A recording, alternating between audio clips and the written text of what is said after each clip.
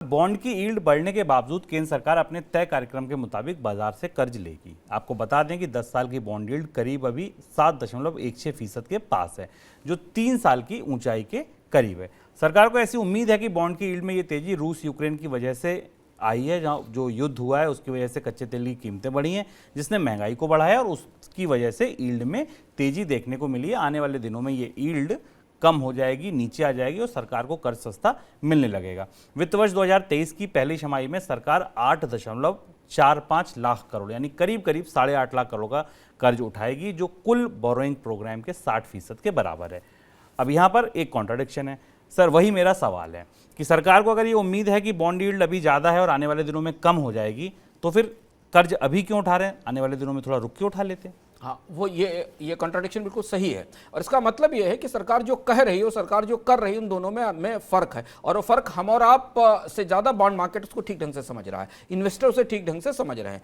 Bond yield 7.5% के आसपास move कर रही हैं। इन्फ्लेशन के नंबर्स जो हम लगातार डिस्कस कर रहे हैं कि भारत में महंगाई की या मुद्रास्फीति की जो ट्रेजेक्ट्री है वो हायर साइड में बढ़ने की संभावनाओं की तरफ जा रही है। ऐसी परिस्थिति में सरकार आश्वस्त तो करने की कोशिश कर रही है बाजार को कि नहीं, बॉन्ड यील्ड कम होंगी और महंगाई नियंत्रण में रहेगी, पर लेकिन खुद वो कोई रिस्क नहीं लेना चाहती, इसलिए वो अपने कर्ज की फ्रंट लोडिंग कर रही है। यानी वो जो कर्ज जो उसे पूरे साल भर में लेना था उसका 60-65% हिस्सा पहली ही छमाही में या पहली ही तिमाही में उठा लेना चाहती है। इससे दो और संकेत मिलते हैं बाजार को और इसलिए मुझे लगता है कि बॉन्ड यील्ड्स को लेकर और ज्यादा संकेत हमें आने वाले समय में मिलेंगे। इससे यह भी संकेत मिलता है कि रिजर्व बैंक ने शायद सरकार से कहा है कि एक सीमा से अधिक ब्याज दरों में बढ़ोतरी रोक पाना उसके बस की बात नहीं है, क्योंकि अंतर्राष्ट्रीय बाजार में ब्याज दरें बढ़ रही हैं, अमेरिका में फेडरल रिजर्व ब्याज दरें बढ़ा रहा है। रिजर्व बैंक कुछ भी करे पर बैंकों ने अपने MCLR बढ़ाने शुरू कर दिए हैं, बॉन्ड बाजार ने ब्याज दरें बढ़ने का संकेत दे ही दिया है। तो केवल एक अकेले रेपो को, एक इंडिकेटर रेट को, एक संकेतक को नीचे रखकर कोई लाभ नहीं होने वाला है। तो शायद यह भी कोशिश है कि जब रिजर्व बैंक बढ़ोतरी की घोषणा करे उससे पहले सरकार का बॉन्ड कार्यक्रम कम से कम 60-65% का बॉन्ड कार्यक्रम पूरा हो जाए इस बार आने वाले 2-3-4 महीनों में, 6 महीनों में, और फिर बाद में ऊंची ब्याज दरों पर अगर जरूरत पड़ेगी तो सरकार अतिरिक्त कर्ज लेगी। और इसके लिए शायद राज्यों को भी अब अगर सरकार, केंद्र सरकार का बॉन्ड कार्यक्रम आता ना शुभम, तो राज्यों की बोरोइंग्स भी थोड़ा डिफर हो जाएंगे।